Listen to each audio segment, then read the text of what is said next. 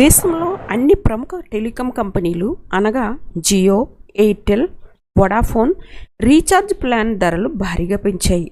ఒక్క బిఎస్ఎన్ఎల్ మాత్రం రేట్లు పెంచలేదు. అయినప్పటికీ జనాలు ఎందుకని బిఎస్ఎన్ఎల్కు మారడం లేదో తెలుసుకుందాం.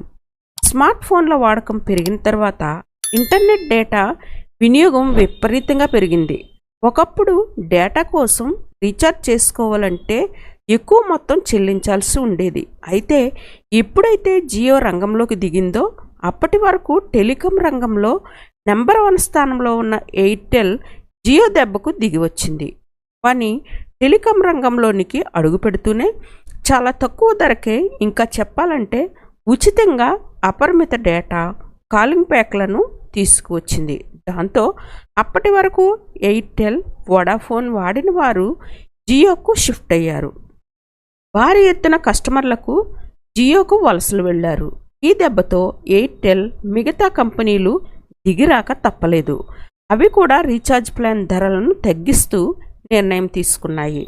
ఇక జియో ఎంట్రీ ఇచ్చిన దగ్గర నుండి ఇప్పటి వరకు కూడా అన్ని టెలికాం కంపెనీలు ఒకే ధరకు రీఛార్జ్ ప్లాన్స్ను అమలు చేశాయి. కానీ 2024 జూలై 4వ తేదీ నుంచి రీఛార్జ్ ప్లాన్స్ ధరలను భారీగా పెంచుతూ జియో నిర్ణయం తీసుకుంది. ఇదే బాటలో ఎయిర్టెల్, వొడాఫోన్ కూడా నిర్ణయం తీసుకున్నాయి. ఒక్కో ప్లాన్ మీద 12 to 25% రేట్లను పెంచాయి. ఈ నిర్ణయం వల్ల ప్రతి కంపెనీలో కోట్ల రూపాయల్లో లాభాలు రాబోతున్నాయి అంటున్నారు మార్కెట్ విశ్లేషకులు.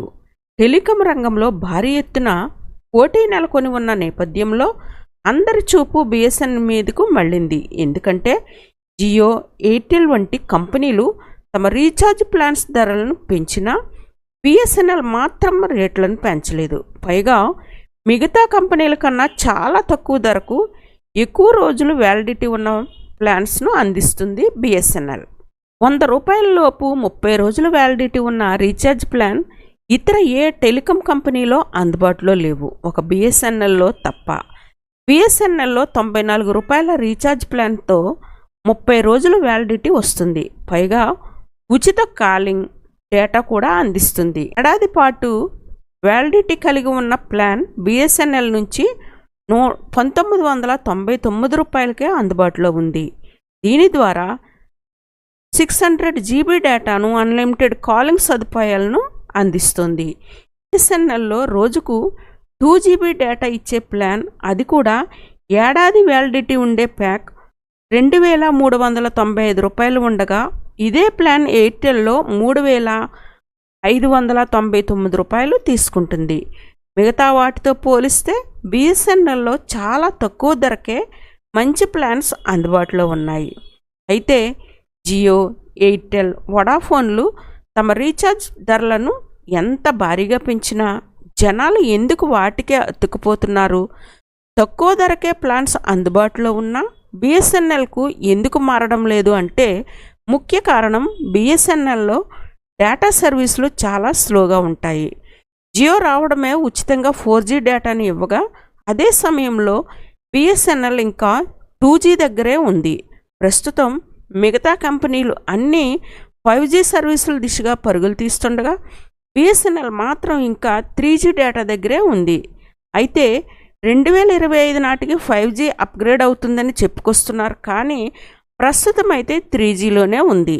బిఎస్ఎన్ఎల్ తీసుకుంటే కనెక్టివిటీకి డోకా ఉండదు, కానీ డేటా విషయంలో మాత్రం ఇబ్బందులు తప్పవు. జియో, ఎయిర్టెల్ 5G సేవలు అందుబాటులోకి తేవడమే కాక 6G దిశగా పరుగులు తీస్తున్నాయి. ఇక బిఎస్ఎన్ఎల్ విషయానికి వస్తే దీనిలో 5G అనేది ఇప్పట్లో వచ్చేది కనిపించట్లేదు. ఇప్పుడిప్పుడే 4Gకి అప్గ్రేడ్ అవుతుంది. అయితే 2025 నాటికి బిఎస్ఎన్ఎల్ 5G అప్గ్రేడ్ అవుతామని చెబుతుంది. అందుకు ప్రధాన కారణం ప్రస్తుతం బిఎస్ఎన్ఎల్ టీసీఎస్తో జతకడుతుంది. దేశమంతటా 1000 గ్రామాలకు 4G ఇంటర్నెట్ సేవలను అందుబాటులోకి తీసుకురావాలని చూస్తున్నారు. ఈ ప్రాజెక్ట్ సక్సెస్ అయితే బిఎస్ఎన్ఎల్ మళ్ళీ పుంజుకుంటుందని, అది జియో, ఎయిర్టెల్కు భారీ పోటీని ఇస్తుందని అంటున్నారు. ఓకే ఫ్రెండ్స్, మా ఇన్ఫర్మేషన్ మీకు నచ్చినట్లయితే మా వీడియోని లైక్ చేయండి, షేర్ చేయండి, కామెంట్ చేయండి. మరింత కొత్త సమాచారం కోసం మా ఛానల్ను సబ్స్క్రైబ్ చేయండి. Thanks for watching.